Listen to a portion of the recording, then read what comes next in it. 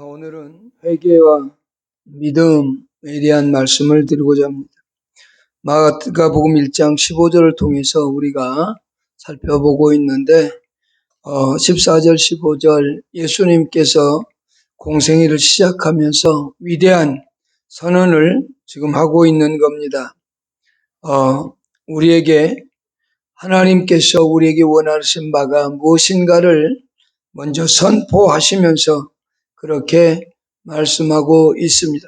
그는 시험을 통과하고 나신 후에 시험을 받고 그 시험을 통해서 사탄을 이기고 이제 첫 메시지가 복음을 믿으라였습니다. 그런데 그 앞에 회개하고 라고 되어 있죠. 우리에게 말씀하신 이 예수님께서 우리에게 주신 두 가지의 선물이 있는데 그것은 회개와 믿음이라는 겁니다. 이사야 1장 2절에 보면 하늘이여 들으라 땅이여 귀를 기울이라 라고 하나님께서 말씀하고 있습니다. 바로 그 메시지를 전했던 하나님께서 이제 예수 그리스도를 통해서 우리에게 이렇게 말하고 있습니다.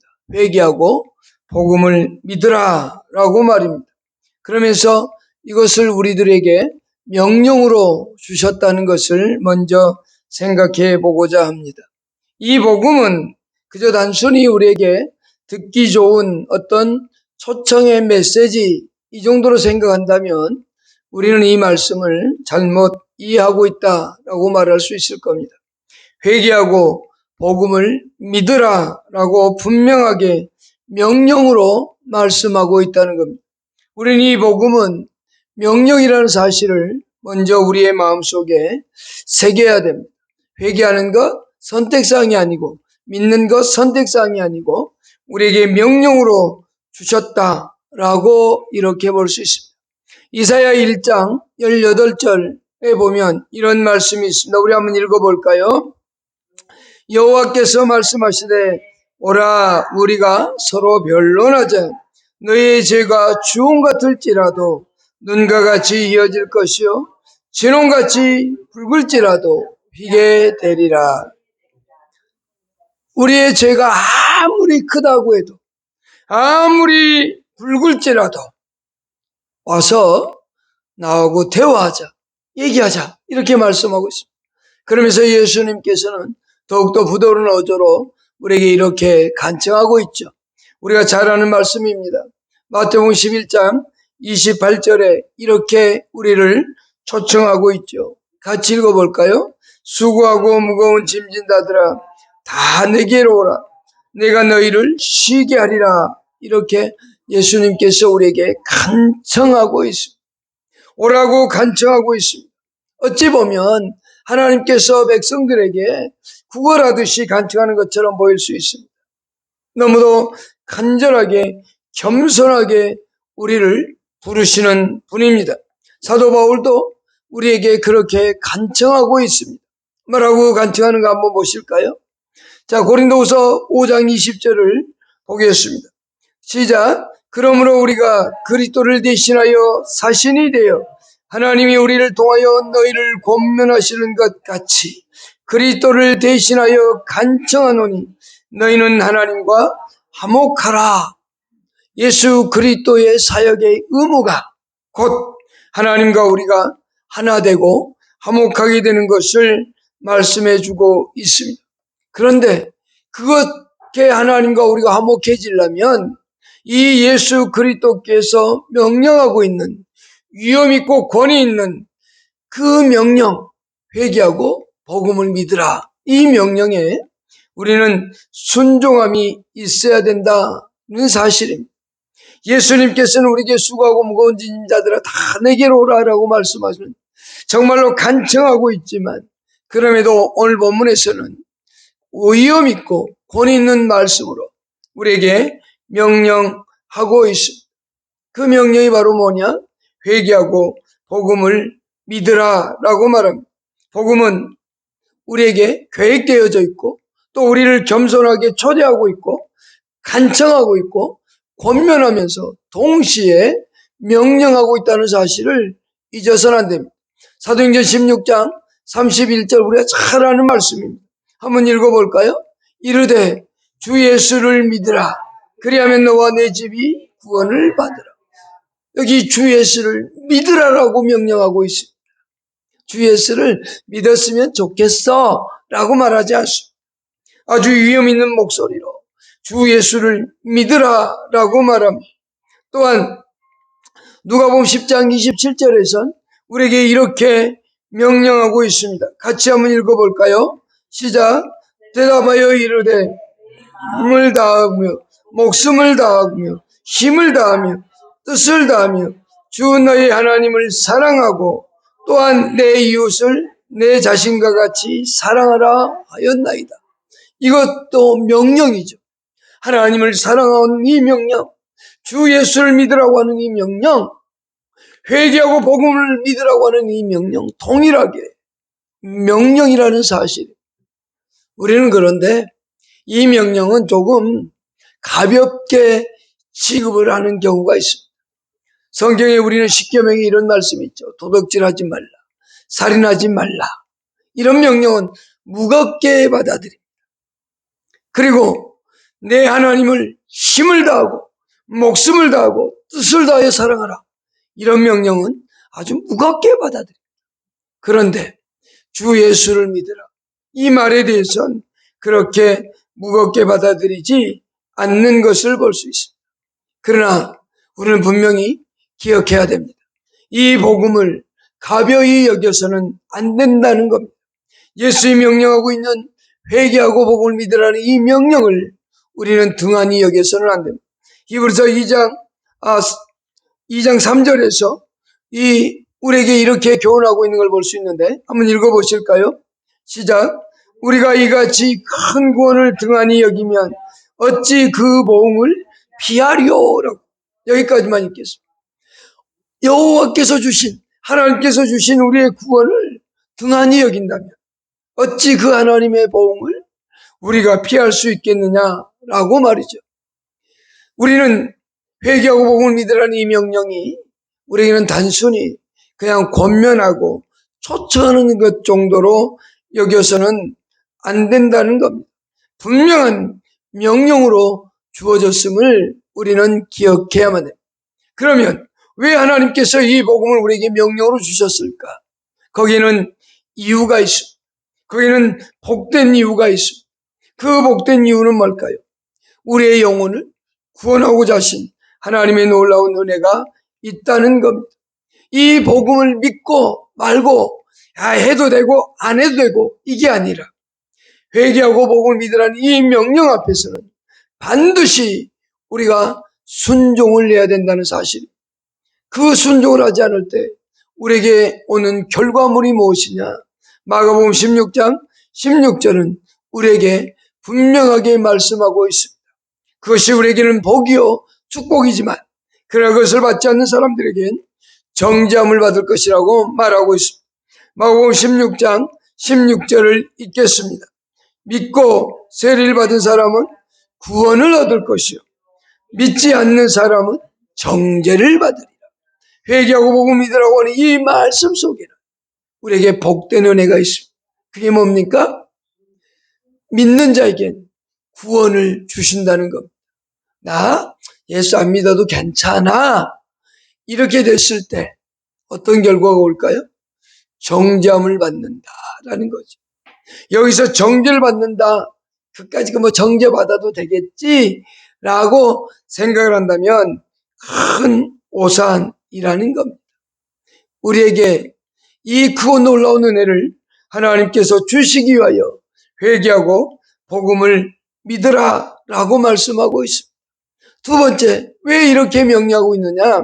그것은 심판날에 사람들이 변명하지 못하도록 하시기 위함입니다. 오늘 우리를 부르셔서 이 땅에 회개하고 복음을 믿으라고 하신 이 메시지를 예수 그리스도께서 우리에게 선포하셨고 또 우리들을 사역자들을 통해서 사도들을 통해서 주셨고 사도들 이후에는 사역자들을 통해서 주셨고 또 전도자들을 통해서 이 말씀을 우리에게 주셨다는 겁니다. 이것은 절대 피할 수가 없다는 겁니다. 우리에게 큰 복을 주신 하나님께서 우리에게 구원을 받으라고 구약에도 말씀하셨습니다. 이사야 45장 2절을 한번 보실까요? 이사야 45장 22절 한번 보십시다. 같이 읽겠습니다. 땅의 모든 끝이여 내게로 돌이켜 구원을 받으라. 나는 하나님이라 다른 이가 없느니라. 구약에도 하나님께서 우리에게 구원으로 초청해 주셨고 신약에도 주 예수를 믿으라 그러면 너와 내 집이 구원을 얻으리라고 말씀하셨습니다. 이 구원을 우리를 초대했는데 이것을 거부한다면 마지막 날 그 심판을 견딜 수 있는 사람이 있을까요? 피할 수 없습니다. 그 누구도 하나님 앞에 서서 우리는 변명할 수 없습니다. 나는 모르겠는데요. 나는 못 들었는데요. 라고 말한다면 하나님은 이렇게 말할 겁니다. 나는 내 아들 예수를 보내서 너에게 전했고 또 그 제자들의 사도들을 세워서 전하였고 또 사역자들을 세워서 전하였고 전도자들을 세워서 전하였고 계속적으로 전하고 전했는데 듣지 못했다? 그것은 말이 되지 않는다라고 변명할 수 없게 만들어버린다는 사실입니다. 우리는 누구나 다 이 말씀을 들었습니다. 회개하고 복음을 믿으라는 이 말씀을 들었다면 우리는 그 말씀대로 그렇게 살아가야 됩니다. 그것을 믿음으로 받아들인 사람들에겐 구원을 선물로 주시는 거고 그러나 그것을 받지 않는 사람들에겐 영원토록 정죄함을 받을 것이라고 말씀하고 있다는 겁니다.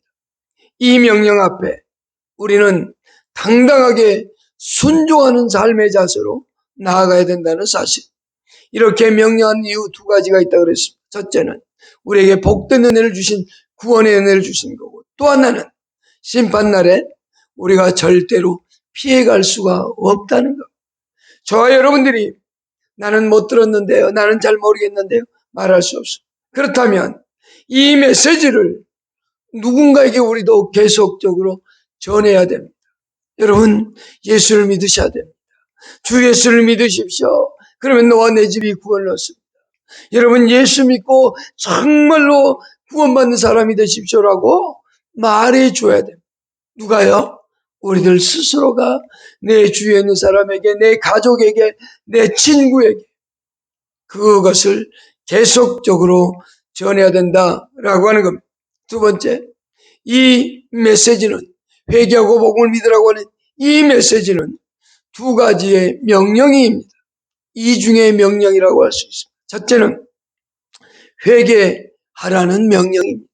두 번째는 복음을 믿으라는 명령입니다. 우리 사람들이 듣기 싫은 말이 있죠. 무슨 말일까요? 너는 죄인이야. 당신은 죄인입니다. 그러면 사람들의 반응은 내가 어떤 죄를 지었지? 생각하는 것보다는 내가 왜 죄인인데? 하고 고개를 뻣뻣이 들고 따지죠. 근데 우리 자신들을 한번 되돌아보십시오. 우리가 과연 죄인이 아닌가? 우리가 과연 죄된 인간이 아닌가를 살펴봐야 돼요. 여기서 회개하는 말이 있습니다. 이 말은 예수님께서 죄인인 우리 인간에게 하는 메시지거든요. 그러면 나는 죄 없는데요? 라고 말한다면 요한 사도가 말했듯이 요한일서 1장에서 말하듯이 하나님을 거짓말하는 자로 만드는 겁니다. 우리는 모두가 다 죄인입니다. 우리는 모두가 다 죄된 인간입니다. 그런데 이 예수님의 메시지를 들어야만 됩니다. 그러면 우리는 한번 회개했으니까 이제 더 이상 회개 안 해도 되겠네요 라고 말한다면 그것 또한 잘못입니다. 사도 요한은 1장 9절에서 우리가 죄를 자백하고 고백한다면 하나님은 의로우시고 미쁘사 우리의 죄를 용서하신다고 말씀하고 있거든요. 그렇습니다. 우리는 날마다 하나님 앞에 나아가 우리의 삶을 되돌아봐야 됩니다. 그런데 예수님께서 여기서 말한 회개란 무슨 뜻일까요? 그저 단순히 우리의 마음을 바꾸노라, 우리의 마음의 변화만을 얘기하지 않다라고 하는 겁니다. 여기서 회개는 마음의 변화만을 얘기하지 않습니다. 우리의 생각, 우리가 하는 모든 이성적인 것까지도 다 하나님께로 향하게 하라는 의미가 있습니다. 여기 회개라는 단어는 크게 세 가지로 할 수도 있고 두 가지로도 얘기할 수 있는데 크게 두 가지만 얘기한다면 메타노이아, 메타멜로마이라고 하는 두 개의 단어인데 이것은 전적으로 뭐냐? 죄에 대한 슬픔과 증오를 가지고 있어야만 가능한 겁니다. 우리는 참으로 회개하는 자의 마음속에 그 마음만을 살짝 바꿔놓는 게 아니라 죄에 대해서 미워하고 죄에 대해서 슬퍼하고 증오하는 마음을 가지고 있어야 회개의 역사가 일어납니다. 우리는 과거에 살았던 죄로부터 완전히 떠나서 더 이상 죄를 짓지 않겠다고 하는 결의와 결심, 그리고 그와 같은 행동을 하면서 죄에 대하여 슬퍼하는 마음, 죄에 대하여 증오하는 마음, 죄로부터 완전히 돌이키는 마음을 말하는 겁니다. 우리의 생각하는 것, 우리의 이성적인 것, 우리의 마음의 모든 것들, 내가 행동하는 모든 것들을 되돌리는 전인격적인 변화를 얘기하고 있습니다. 그런데 여기에 회개가 필요한데요. 회개하고 싶습니다. 근데 회개가 쉽게 되어지지 않습니다. 눈물을 흘리려고 내가 회개하지, 눈물을 흘리면서 회개하지. 그런다고 해서 눈물이 흘려지나요? 그렇지 않습니다. 여기엔 뭐가 필요하느냐? 분명한 성령의 조명이 필요합니다.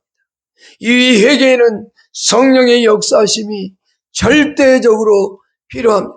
성령께서 깨닫게 해주셔야, 성령께서 우리에게 우리 자신을 밝히 보여주셔야, 그리고 하나님의 뜻을 보여주시고 하나님께서 우리를 향하신 은혜가 얼마나 큰지를 보여주셔야만 우리는 회개에 도달할 수 있습니다.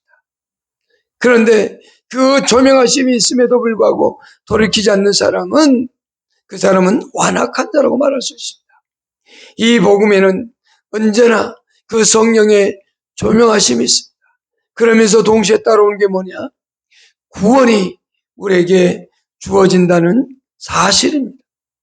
이 복음은 곧 믿음과 함께 역사하기도 합니다. 언제나 동일하게 이 회개 속에는 구원의 역사가 따라오려면 뭐가 동일하게 일어나느냐? 믿음이라는 게 일어나야 되는 겁니다. 믿음 없이 내가 잘못했습니다. 내가 하나님 이렇게 살았는데 내가 잘못했어요. 이걸로 끝나면 안 된다. 그래서 가짜에게 거짓된 회개라는 게 있는데, 그것은 뭐냐면 내가 정말로 큰 죄를 지었어. 난 너무 큰 죄를 지어서 하나님은 나를 용서해 주지 않을 거야. 이런 마음을 갖는 것, 그것은 회개가 아닙니다. 내가 진 죄는 너무 커서 우리 하나님은 나를 용서해 주지 않을 거야. 내가 말로 고백한다고 하나님은 그래도 나 용서해 주지 않을 거야. 내가 이렇게 말을 해도 하나님 내가 잘못했어요 말을 해도 하나님은 너 죄가 너무 커서 용서해 주지 않을 거야. 이런 마음을 갖고 있다면 이것은 회개가 아닙니다. 이것은 불신앙입니다. 하나님을 믿지 못하는 불신앙입니다. 우리가 아무리 큰 죄가 있다 할지라도, 어떠한 죄를 지었다 할지라도 하나님 앞에 나와 그 죄들을 고백하며 내 삶을 고백하고 지나온 날을 정말로 통회하면서 하나님 내 그렇게 살지 않겠습니다라는 마음을 가지고 행동으로 되돌려 놓을 때 그 속에 그 모든 죄가 다 용서될 수 있다는 사실입니다. 그런데 사람들은 내가 짓는 죄는 너무 커서 하나님이 용서해 주지 않을 거야 라는 착각을 하고 살아가는 사람들이 있습니다. 이것은 회개가 아니라 이것은 불신앙입니다. 이것은 가짜입니다. 또 하나의 가짜는 뭐냐?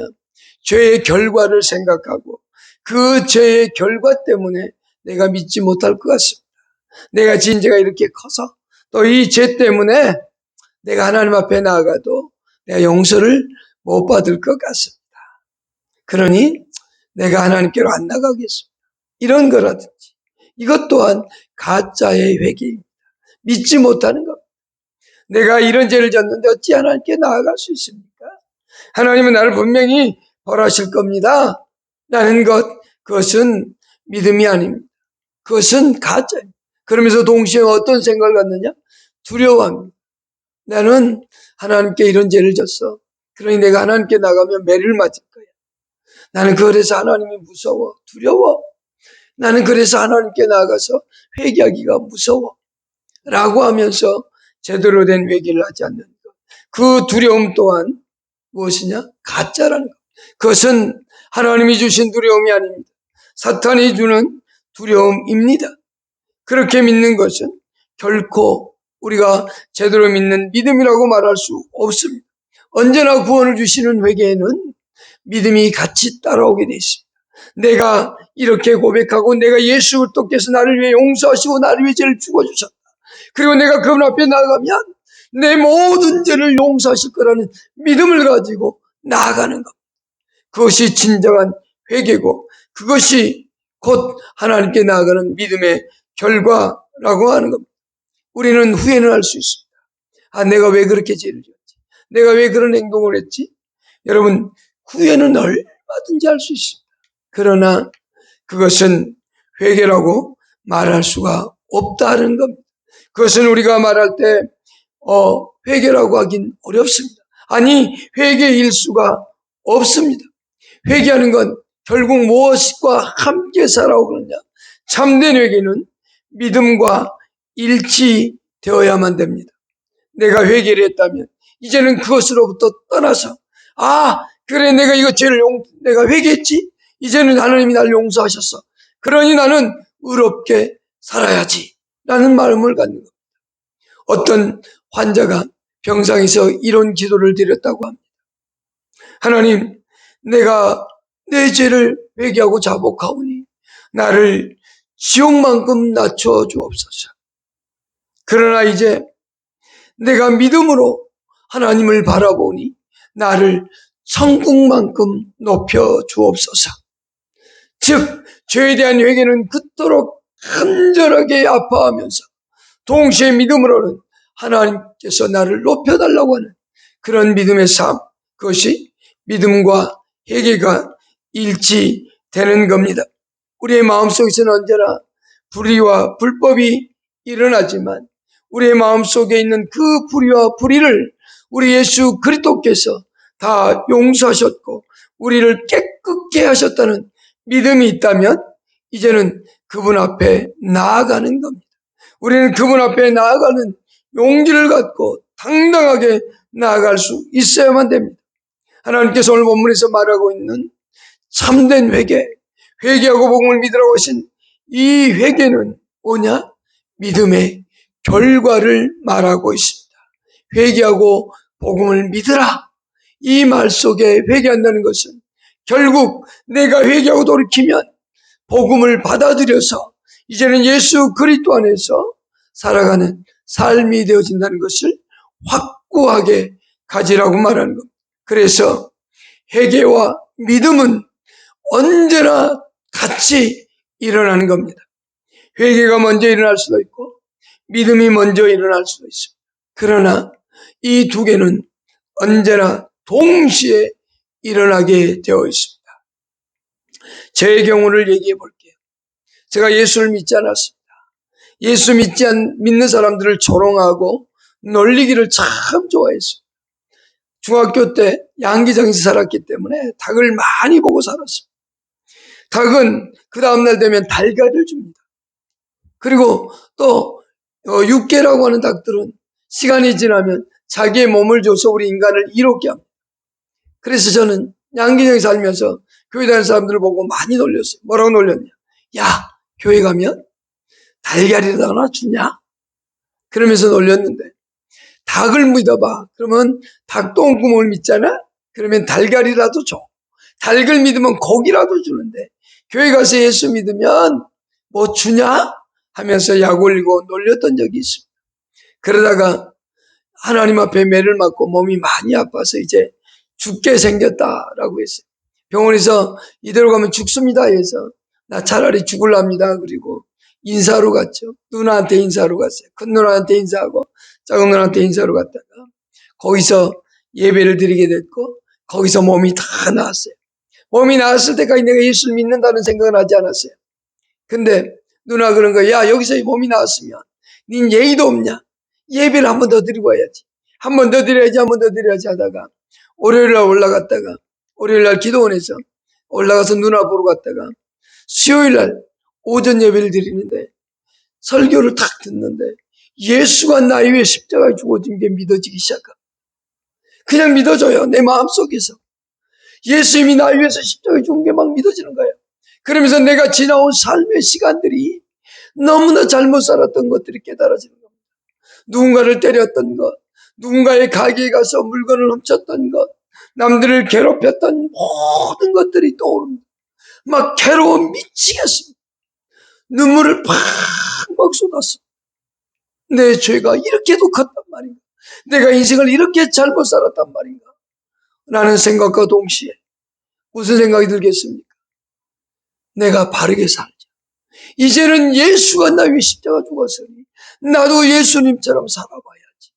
나도 예수님처럼 거룩한 삶을 살아봐야지. 이 생각이 듭니다. 이게 참된 회개의 결과였습니다. 그날 이후로 내 인생은 완전히 바뀌었습니다. 생각도 말도 어떤 행동 하나하나까지 다 바뀌었습니다. 제가 학교 다닐 때 참 욕을 잘했어요. 운동을 했기 때문에 시합장에 가면 옆에 선수한테 막 욕도 하고 상대방 응원단에게 가서 막 욕도 하고 막 했거든요. 욕도 좀 전라도 말로 좀 잘했잖아요. 우리 황산벌이라는 영화 보면 막 욕 엄청 나오잖아요.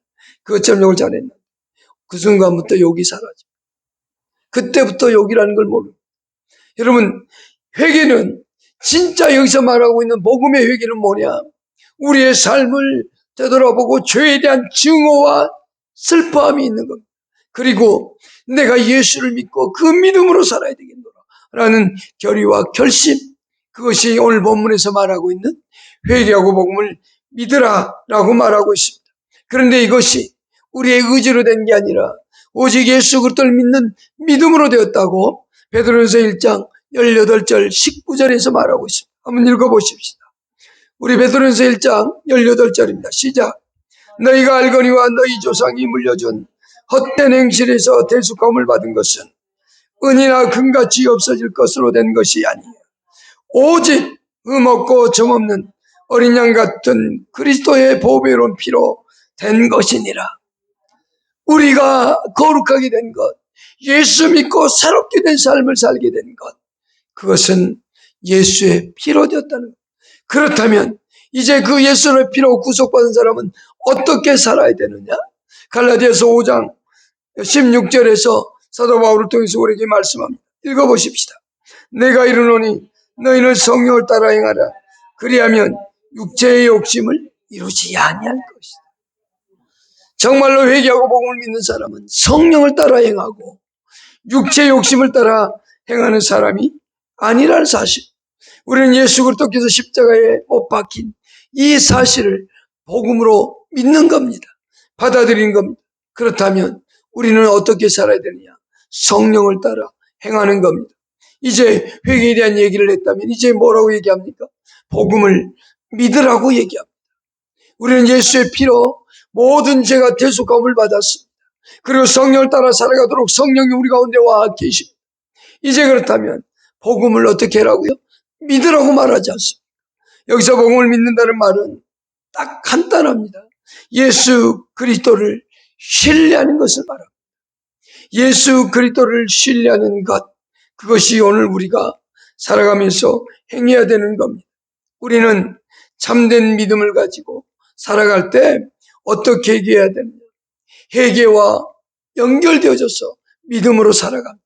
우리의 믿음이 진짜가 되려면 회개가 반드시 수반되어야 됩니다. 회개 없는 믿음은 가짜 믿음입니다.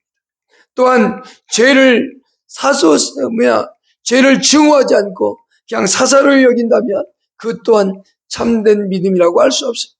죄에 대해서 그래 죄 그 정도 괜찮아. 죄 지어도 되지 뭐. 그냥 죄를 그렇게 심각하게 생각하지 않고 산다면 우리는 예수를 믿는 믿음이라고 할 수 없습니다. 죄를 미워하지 않는 믿음, 그것은 참된 믿음이라고 말할 수 없습니다. 세상의 쾌락을 즐기고 세상의 유흥을 즐기면서 내가 참된 믿음을 가졌다라고 말한다면 그것은 참된 믿음이 아니라는 겁니다. 진정한 참된 믿음은 죄를 멀리하고 죄를 미워하고 증오하면서 하나님의 뜻대로 살아가 보려고 하고 예수 그리스도를 믿는 믿음을 가지고 살아가려고 합니다. 참된 믿음을 가진 사람은 죄에 대하여 생각 자체를 멀리하려고 합니다. 생각 속에서 일어나는 모든 죄악들을 멀리하려고 합니다. 그러면서 언제나 우리는 하나님의 뜻대로 말씀대로 살아가려고 합니다. 그런데 사람들은 믿음을 가졌다고 하면서도 거짓된 믿음 속에 살아갑니다. 예레미야 6장 13절과 14절에 보면, 특히 14절에 보면 이렇게 말씀하고 있습니다. 한번 읽어볼까요? 그들이 내 백성의 상처를 가볍게 여기면서 말하기를 평강하다 평강하다 평강이 없도다. 13절에서는 이렇게 말하거든요. 이는 그들이 가장 작은 자로부터 큰 자까지 다 탐욕을 부리며 선지자로부터 제사장까지 다 거짓을 행함이니라. 그러면서 말합니까? 백성들에게 너희는 평강에 잘 될 거야, 잘 될 거야, 복 받을 거야 라고 말합니다. 이것은 참된 믿음이 아닙니다.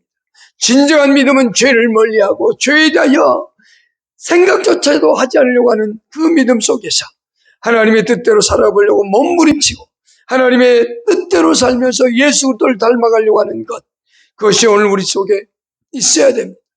내가 잘되고 평강하고 행복한 것만이 아니라 내가 하나님의 뜻대로 오늘 또 살고 있는가, 내가 오늘 또 예수 믿는 믿음으로 오늘 하루를 살아가고자 하는가를 늘 고민해야 됩니다. 늘 우리는 그렇게 살아가는 저와 여러분 될 수 있기를 축복합니다. 하나님의 영광을 위한 삶, 하나님의 뜻을 선포하고 전하며 살아가는 그와 같은 삶이 저와 여러분 속에 충만하기를 소원합니다. 기도하겠습니다.